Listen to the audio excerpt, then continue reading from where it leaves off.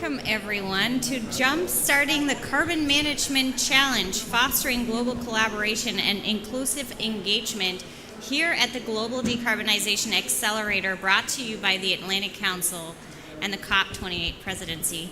My name is Lee Beck. I'm Senior Director for Europe and the Middle East at the Clean Air Task Force, and also a Senior Fellow with the Atlantic Council Global Energy Center. And carbon capture is really near and dear to my heart because before I stepped into this current role, I worked for carbon capture for half a decade. For those of you who don't know the Clean Air Task Force, we're a global climate organization focusing on overlooked solutions, including carbon capture and storage, energy systems transformation, nuclear, hydrogen, carbon removal, and other topics. Here at COP28, we're hosting the Zero Carbon Future Pavilion to investigate the hard questions at the nexus of energy security, climate, and energy access. You can find us in B7, Building 88 in the Blue Zone.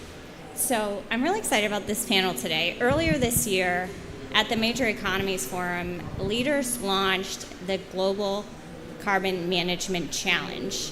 And now, just a couple months later, close to 20 governments have signed on, also following very productive stakeholder dialogues at MENA Climate Week, for example, and the Clean Energy Ministerial. And this follows over half a decade of unprecedented momentum on the need to deploy carbon capture and storage technologies, kicked off by the landmark 2018 1.5 degree report by the IPCC, followed by historic government investments in the United States, inclusion of CCS in the Net Zero Industry Act in Europe, as well as carbon management strategies around the world.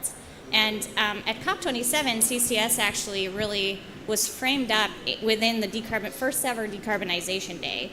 So as we've seen in the latest global CCS status report, the global carbon capture and storage project pipeline has actually doubled over the past year. So back to the Global Carbon Management Challenge.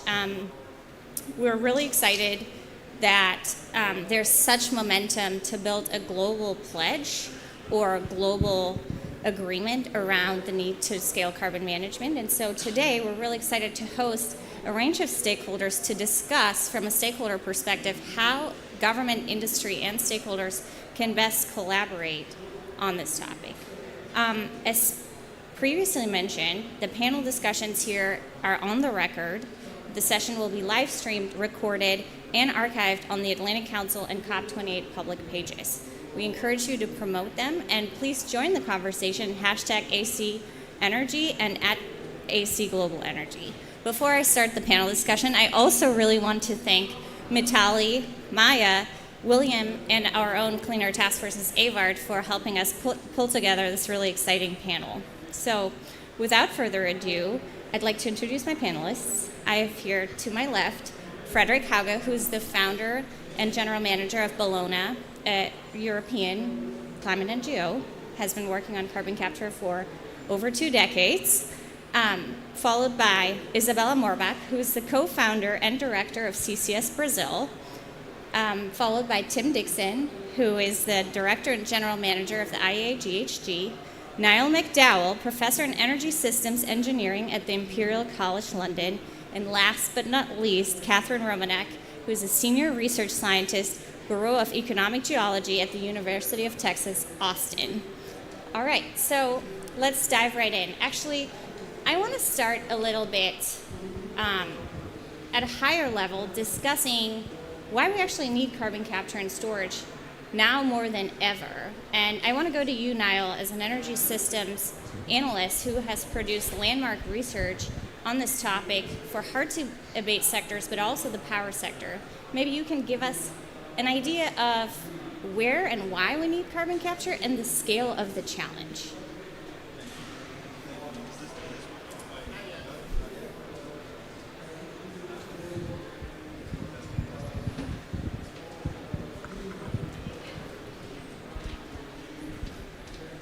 How about now? So I just gave the answer a moment ago, and it was really, really good. I'm going to try and remember what I said. So Lee, first of all, thank you very much for having me, and thank you to the Clean Air Task Force and the Atlantic Council for the invitation to be here today. I think the easiest way to start off is, so you mentioned, the rate at which the carbon capture industry or sector is expanding and scaling up around the world. And I think today, Jared, it's something like hundreds of millions of projects in development in terms of hundreds of millions of tons of CCS per annum in development. Today, it's about 40 million tons.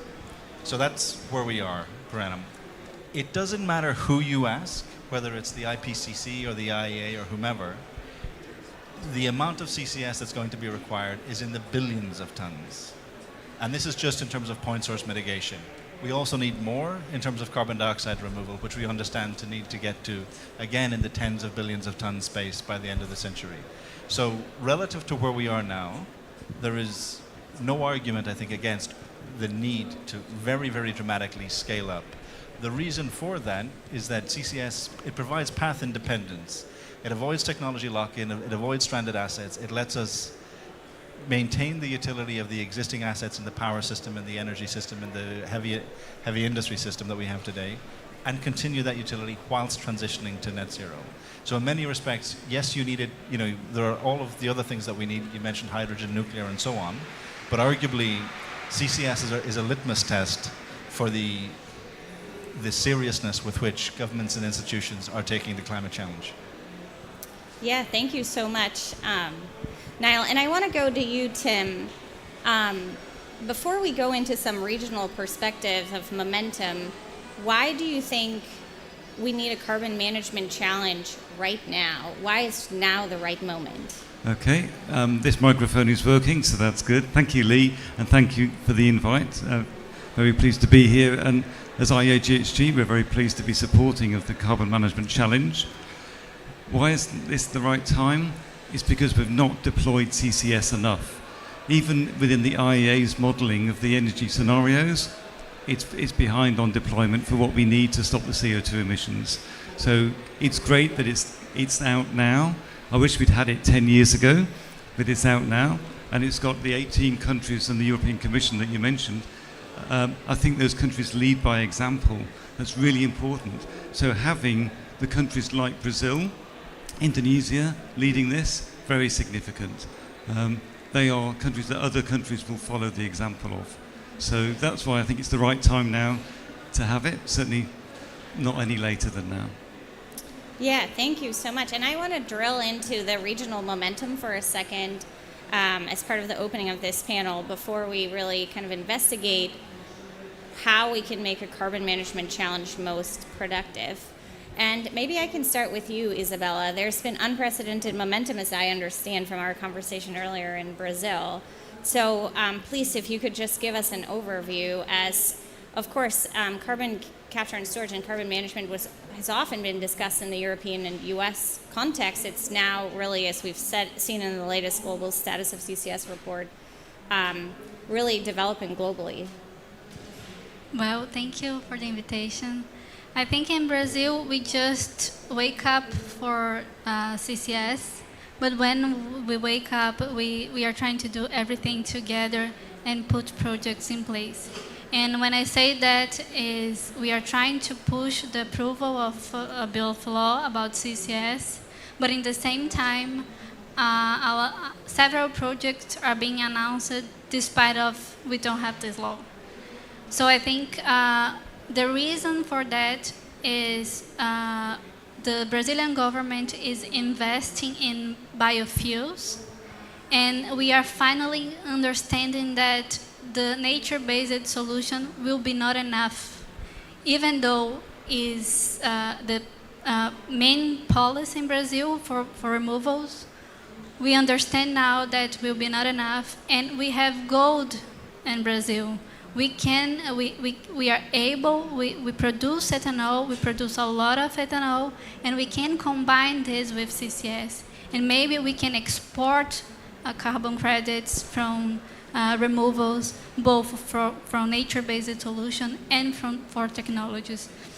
And I think I understand now that the government just realized that and is putting in place not just a CCS policy, but a biofuel policies that they want to combine and put together to put in place, especially bags. Not just because we have industries there, but especially bags.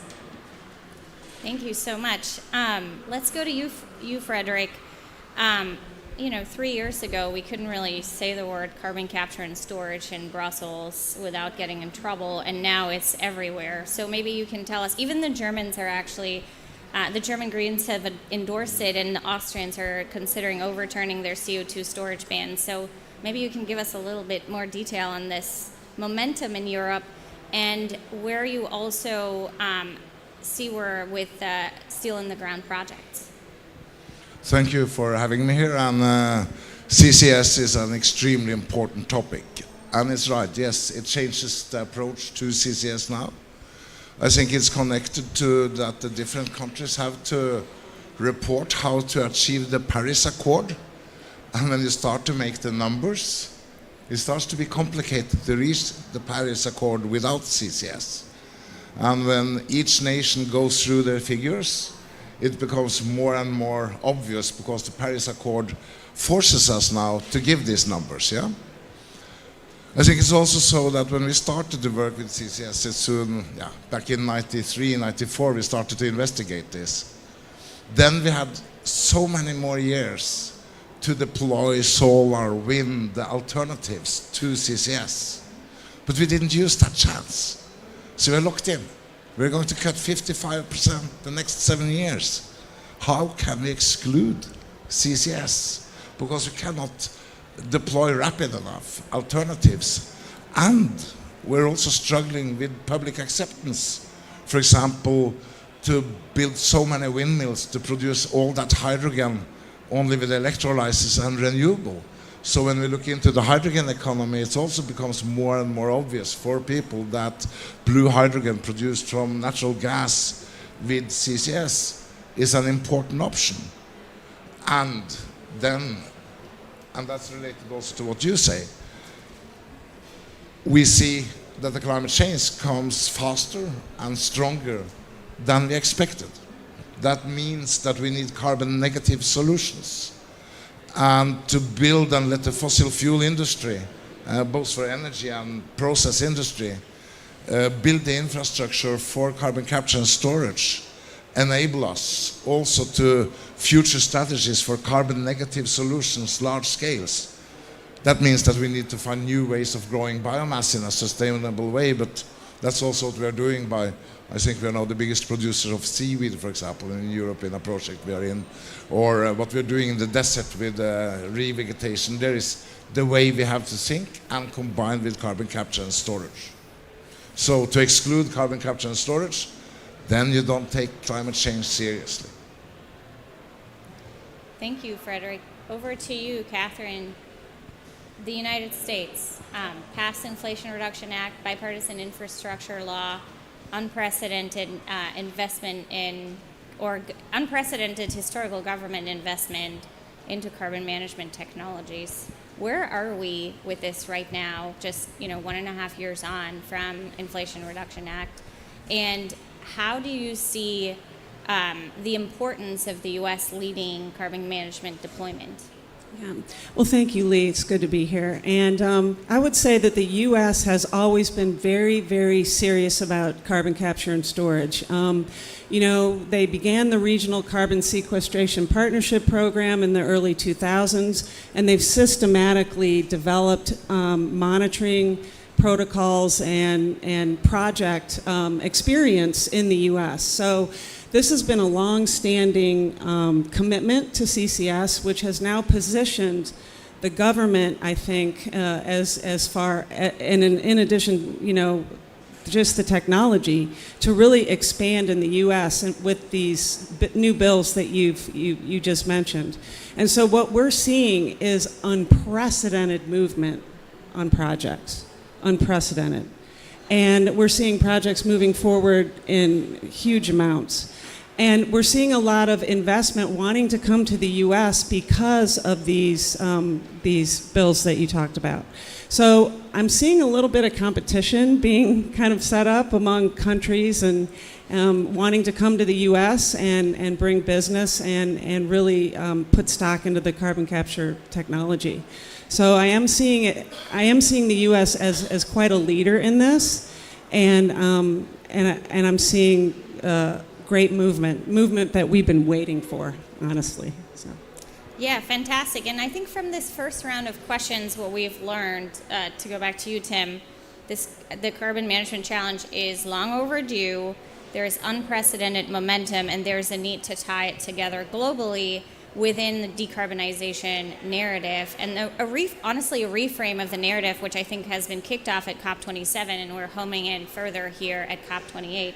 So if we go into the details, as stakeholders, as CCS experts, what would you like to see or expect from a carbon management challenge? And most importantly, how do we make it impactful and lasting? Thinking about, for example, the global methane pledge that is probably going to be one of the most major success stories here at COP28, with millions to billions in funding announcements potentially already this afternoon, right? What is really that makes this Carbon Management Challenge a lasting and impactful exercise? And maybe we can start again with you, Tim. Okay. But anyone is free to jump in, of course. So I think what's really important, Catherine's described it very well in the US lead, and thanks to all the US taxpayers in the room for funding this. The rest of the world appreciates that, and that's actually a serious point, because sharing that knowledge then from those developments and the Norwegian developments as well with their projects with other countries. I think knowledge sharing being encouraged further and facilitated by the Carbon Management Challenge is really important. And that links also, I might be answering two questions at once here, but with the Global South as well, particularly to those countries. And that's my organisation, IAGHG, the Global CCS Institute, the International CCS Knowledge Centre. These organisations are set up to do knowledge sharing as their day jobs. And so we're ready to help and support. But what this Carbon Management Challenge can do is give this the highest level of approval and motivation and incentive from the world leaders of those 18 countries. And if they can do it, it says it's okay to do CCS. It's okay to do CCS. Many countries are, not so sure about it, but it's a very important, strong message to give out. Great, yeah, please. And just to kind of get on the back of that as well is the technology transfer. I mean, this is a huge barrier right now, and it's something that I think the Carbon Management Challenge can really help us to get past this barrier, because it's a complex technology. The information and knowledge really is within just a handful of countries. And so by getting countries together with common goals and into a coalition like this can really also help the technology transfer, which is I think going to be very difficult. Fantastic. I think few things that I really want to drill into here is the knowledge sharing aspect, number one, because if everyone has to go through the same learning curve from scratch, we're probably never going to get there. Number two, talking about the Global South, I think, Isabella, if we can chat a little bit about what you think can help Brazil, for example, as an emerging economy, as a next generation adopter of CCS, learn from, say, countries that have led in this area, and then highest level of approval, political momentum. And within this regard, I know, Frederick, you want to jump in. We'll all get to your questions, but maybe, Niall, we can go to you first. You talked a little bit about the scale earlier. Does it make sense to have a global carbon management target as the foundation of political endorsement? Thank you. And I mean, yes is the short answer. And to pick up on what Tim and Catherine said, I mean, the real issue to me is, this knowledge sharing, and we got to be very careful about de-risking projects and, dealing with inevitable failure, right? I mean, some of the projects that are under development will not, come to fruition. We need to be very good, get much better at understanding why that doesn't happen, and share that knowledge as widely around the world as possible. That's, north, south, east, west, we need to do all of that. I completely agree that let's say the framing and approach to CCS, it varies widely around the world. Since the beginning of October, I've been basically non-stop traveling in sort of South Asia, Southeast Asia, and it's really fascinating to see how different people are approaching it and their starting points and priorities, and therefore ensuring a really technology agnostic approach to this. So it's not that CCS on point source A is good or acceptable and point source B is bad. We need it all, and we need to respect individual nation sovereignty there. The other thing that the Carbon Management Challenge, I think, can help to do is reduce, ideally eliminate, the political risk associated with delivering CCS. Apparently there's an election there's a big election coming up next year somewhere. I think it's in the UK, but also possibly something in the United States. And there are questions then: will these provisions survive? And all of this plays on the minds of project developers as well. So the knowledge sharing is really important. The technology transfer is really important, and also reducing and eliminating, ideally, the political risk associated with developing mega projects. Yeah, fantastic. And indeed, we're going into Votorama. More elections than ever will be held globally. In Europe, for example, it's 10 alone. So there's huge political risk in the decarbonization space overall. Isabella, I want to go to you. How do you think a carbon management challenge could be best designed to really facilitate and support Brazil's carbon management needs and ambition? First, I think the Carbon Challenge paves the way to add CCS as an important strategy in the Global South, not just in Brazil, because, as I said, we have other options. It's not just about nature-based solutions, but we are really good in renewables, but it's not enough again. So I think when we put together in a room, many countries and developed countries say, this is important, and we need to go together to do that. We have like a credibility, we have the power, and maybe we have an instrument to convince our society that it's important, and we will need to pay the price. And the price is high here. And for developing countries, it's an extra challenge finance these projects. How we convince a society that we will spend a lot of money when we need money for basic things? So I think when we put together this power and this knowledge, and we say we can do it, we can help developing countries to do that, you will do in a faster way than US or Norway, because we already learned it from our experience. I think make easier to decide to put CCS in the strategy.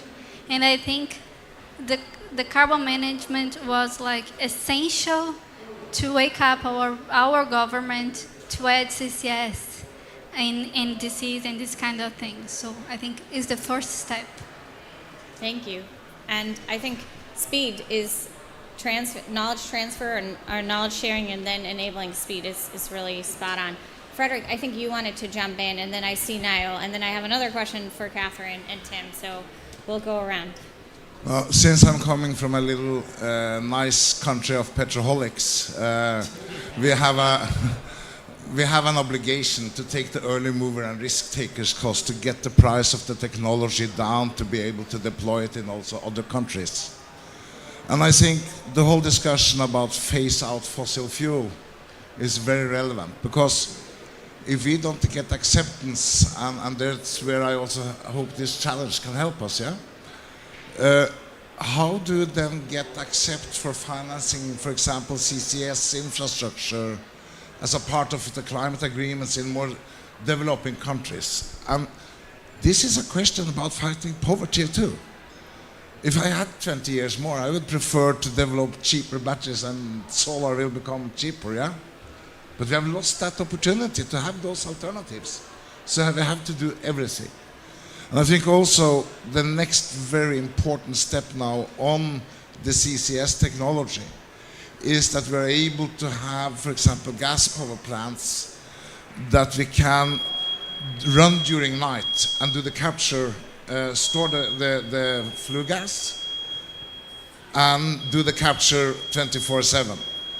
Because this is it me? No.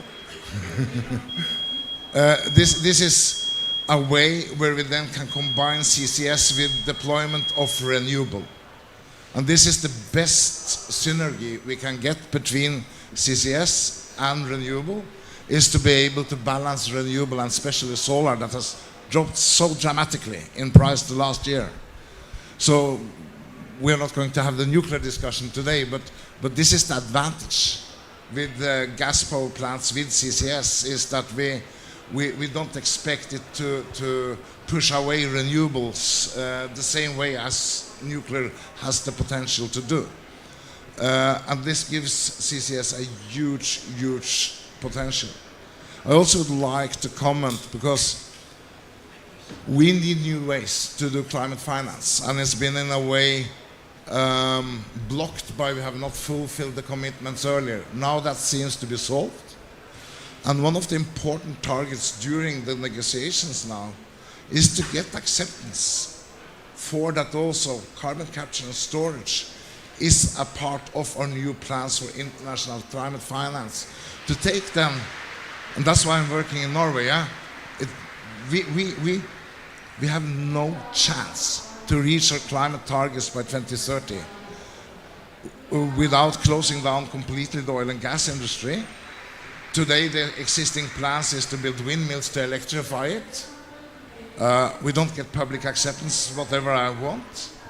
So we are now promoting that we have to build 6 floating gas power plants with CCS to electrify the oil industry. And if Norway doesn't do that, we don't manage our climate targets. And the closer we come to the targets and the year we are going to fulfill the targets, the more important it will be.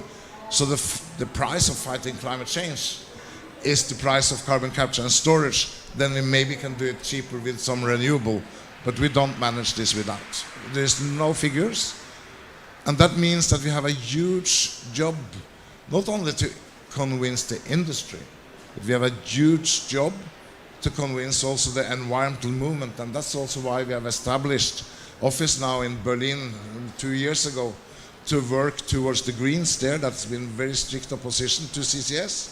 And we are so happy that reality starts to kick in and the discussions start to change. 3 aspects here that I want to elaborate on or dive deeper into. Number 1 is the question of accountability. You mentioned on the one hand, Norway as a petrostate. On the other, you also said the oil and gas industry has to at least share some of the burden and also needs to reduce emissions as soon as possible from existing operations. The second piece, again, is the scale, and I want to come to you, Catherine, on CO2 storage and global scale, again, to inform the targets question. And then multilateralism. I think this has been a life question, climate finance. How can we mobilize further investment, but also not investment in the sense, not just dollars, but also capacity building. So maybe we can start with you, Catherine, and then we'll go to Tim, and then Niall and Isabella on some of these aspects as well. So the question's on storage. Is that the question you want me to answer? Okay. So we've done a lot of work on storage, and we know it works, and we know it's extremely safe. Okay? And this is a huge misunderstanding that is going all around, that people just don't understand storage. It's very difficult for them to understand storage because of the scale of the geological system and the mechanisms, okay? So we know that it works, and we know that we have enough space, all right? The question is, does the space match where the sources are? And so, we have no barriers really for storage. We have monitoring protocols for the entire stratigraphy throughout the entire project. We have the regulations that set up the rules for safe storage. And so storage is something that we feel very confident about. We just have to get the word out to people that storage works and that it's safe and effective. So from a global carbon capture deployment perspective, how much CO2 storage is expected or needed in, say, let's average models, and how could this inform a target if the carbon management challenge was to really set a target? Well, I think we need about 270 gigatons of storage for CO2 storage. And the assessments, there's different ways of assessing capacity for storage, but I think the estimates are somewhere around 8,000 to 55,000 gigatons of storage are available worldwide. We're also looking at different types of storage, so not only just storage in sedimentary basins, but we're looking into developing storage into basalts as well, so that other areas might have a place to store. And again, I just think there's so much wealth of knowledge that has been developed in the United States under the Regional Carbon Sequestration Partnership programs for the past 20 years that the carbon challenge, the carbon management challenge, is something that can really help, again, with that technology transfer. Because in my view, when you have storage, they will come, right? Storage is the first thing. You have to know if your country has storage, because if it doesn't have a place to store particularly, then you're going to want to be looking to collaborate with other countries that do. So to me, storage is a major aspect of the benefit of the carbon management challenge, and it's also one of the beginning points of doing CCS in your country. Thank you. Fantastic. Tim, over to you, and then Niall. So on the finance side, you mentioned just then, there's two aspects to that, I think. I think for the Global South, for Isabella in Brazil and other countries, there's a need for capacity building funding. And we know that there have been two very good funds under the World Bank and the Asian Development Bank. The Asian Development Bank is closed and the World Bank Trust Fund is closing soon. And there's no other source of funding to really do large-scale capacity building work. And we've seen the success of these funds, establishing centres of excellence in Indonesia and South Africa as examples. We need these funds to be replenished, so the Carbon Management Challenge countries supporting it could reinvest in such funds for capacity building. We also have the Green Climate Fund, which is the largest climate fund set up quite a few years ago now. In its articles of governance, it's explicitly meant to fund CCS as an example technology, and yet it hasn't funded any yet. And we know that applications have been submitted and we've not had success yet. We're working on that, we've not given up, and we're hoping to get some good news next year on that, but they're an example of a fund that already exists. And then you've also got the private sector funds. We were listening to John Kerry last night being interviewed in the Wall Street Journal event, and the point was made there about the private sector funds that are available, and there's just a shortage of bankable projects in low carbon anything. Well, perhaps those in charge of those funds can revisit their criteria for how those funds are used and maybe make them more accessible, take a higher risk profile, a lower internal rate of return, possibly as well. So having something that leverages that private sector finance coming in as well for the larger scale deployment once the countries have done their capacity building. Fantastic. Thank you. Niall? Thank you. So many things to say. I mean, maybe to start on the knowledge transfer piece again, because again, Catherine, you picked it up on the storage.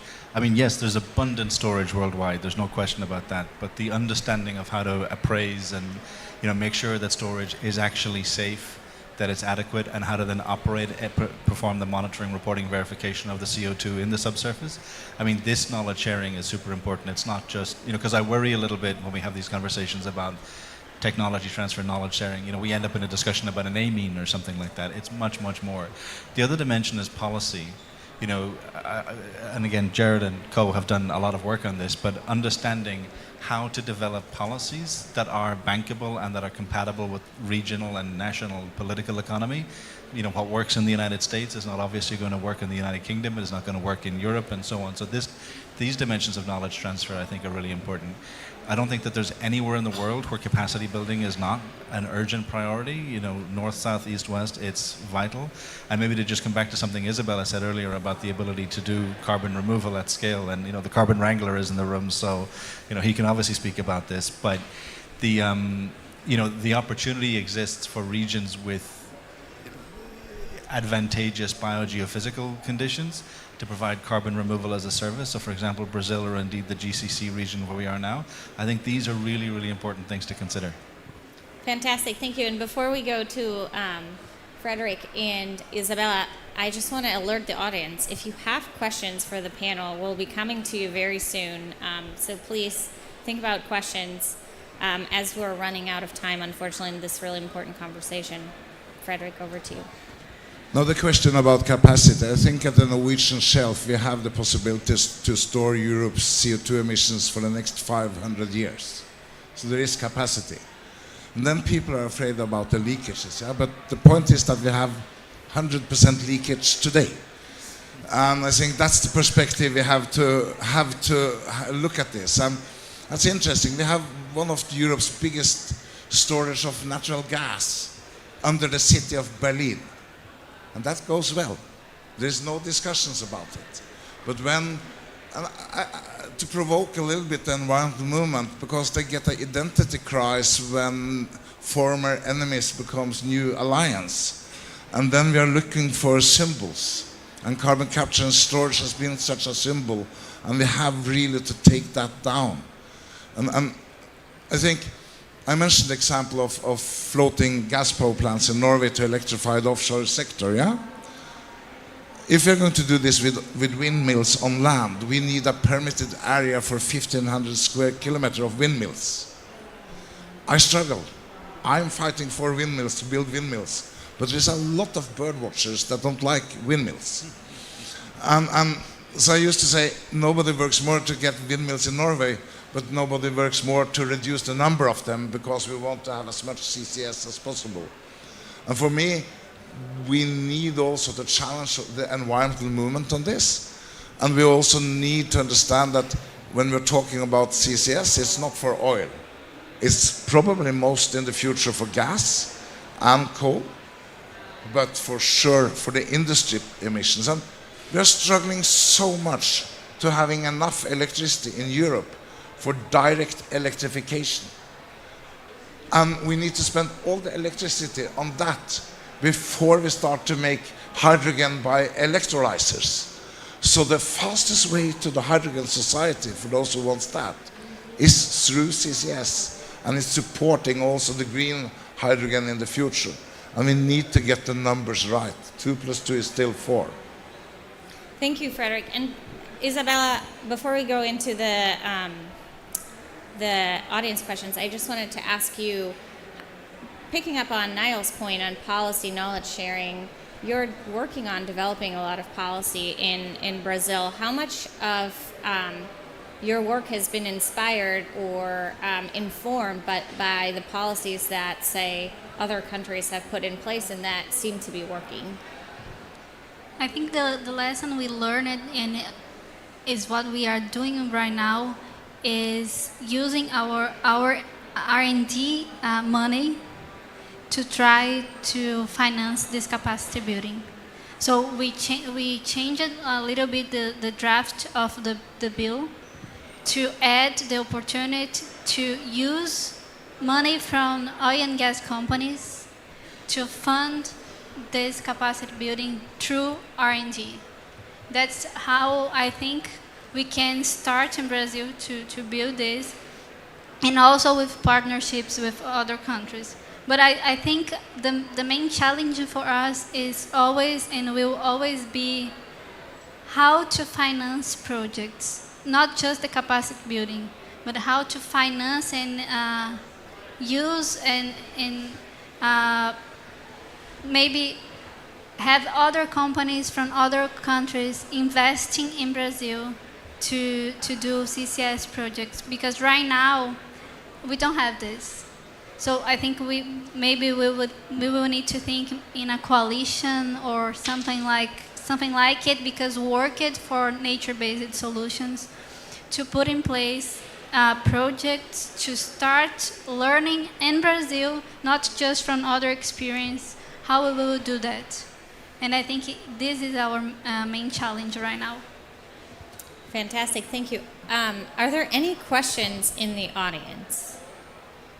Not so many at once, please.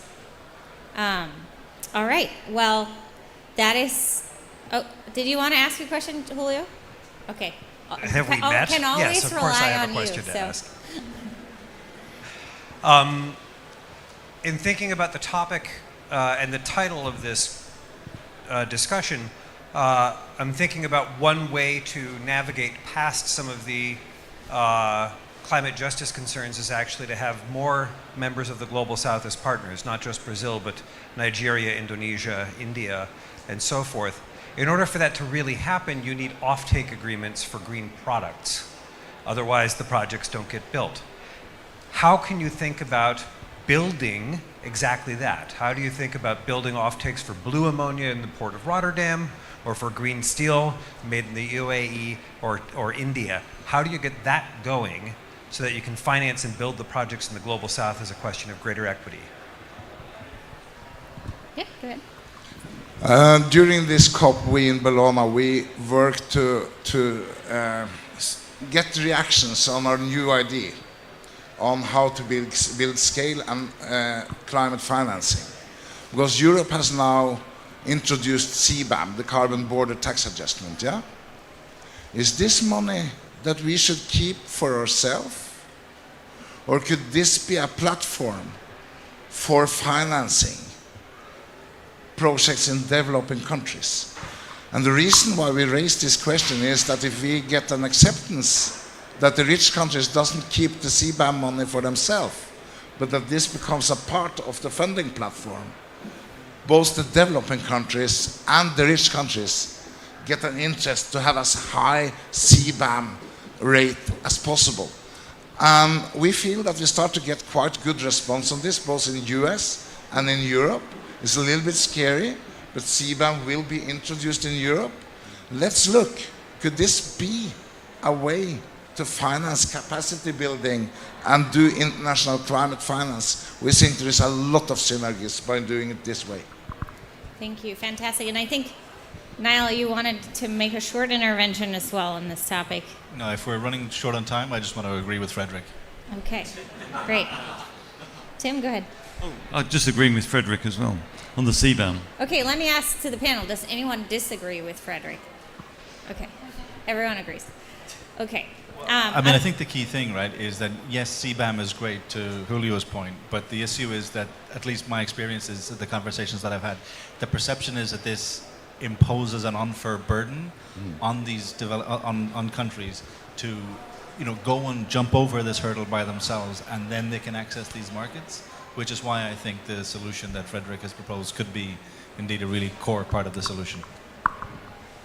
Okay, let's do a lightning round. This is one sentence or less because we're running out on time. But if we could look into the future, say 3 years from now, where would you like the Carbon Management Challenge to be? Tim, go ahead. Lightning round. 18 countries now, 197 countries in 3 years. We come closer and closer to 2030. So we expect that at least 50 to 60 countries will need emergency plans for CCS to fulfill their targets by 2030. And the more we do the figures, we're going to report in now, and we're going to sum up this year. We will see we are full speed ahead, around 3.7 degrees increase. It starts to be obvious this needs to be scaled up.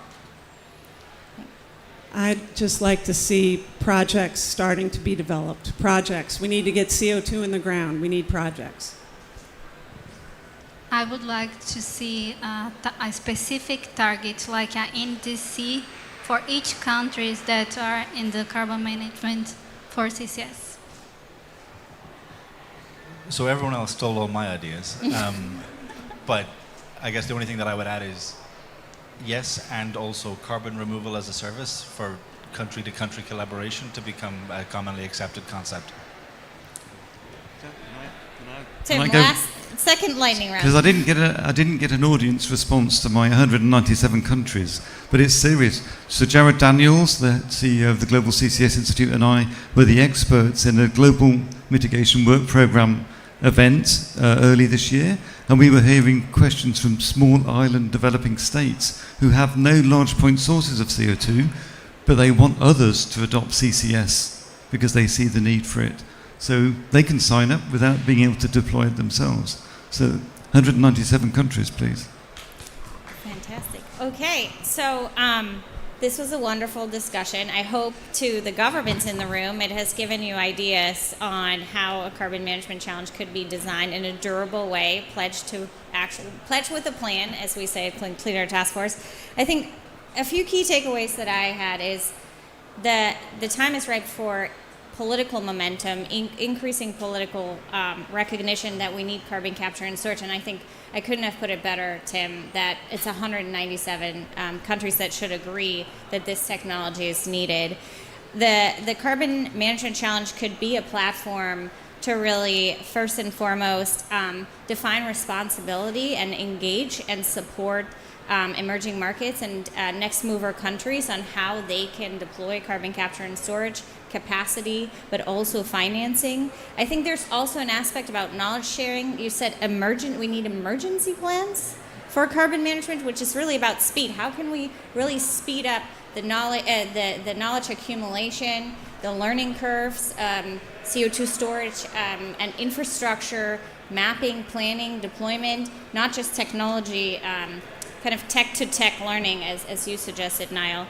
And then I think there's some really good ideas on how this could be concretely put in place. You mentioned NDCs for carbon management. So taking stock, having it as a platform that takes stock potentially every year at the COP of the progress we've made. So thank you so much for this wonderful conversation. I would like to thank the audience for joining us here, and I would also like to invite you to join us here at the Global Decarbonization Accelerator for our next conversation at 3 p.m., Tech-Driven Transition, the Evolving Landscape of AI and Energy. Thanks all for joining today.